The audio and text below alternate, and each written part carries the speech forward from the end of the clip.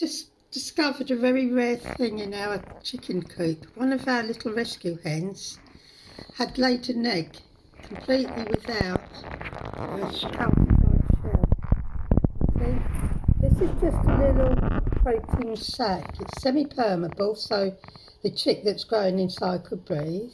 And it's like made from a knitted protein. It looks like it's been knitted together under a microscope.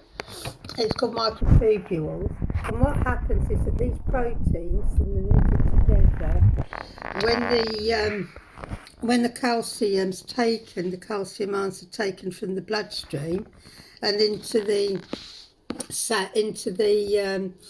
ovarian duct, ovary duct, they will fall onto the egg and they will stick by another protein called osteopontin, and that will stick all the tiny ions, all these tiny wee ions that they carry in their blood to the egg.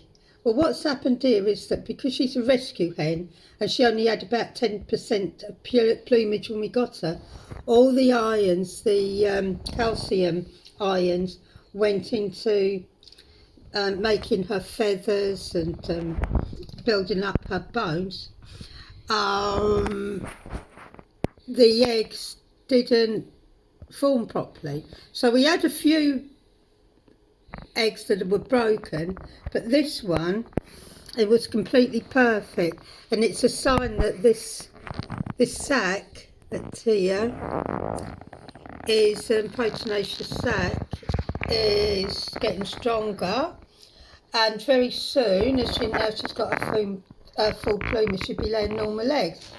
But the yolk will never change its health. See, it doesn't sink to the bottom, and that's because there's a little like a little rope, like an umbilical cord, that goes from one end of the sac to the other, where it's joined to the yolk, and then you've got the air sac this side for the chick to breathe.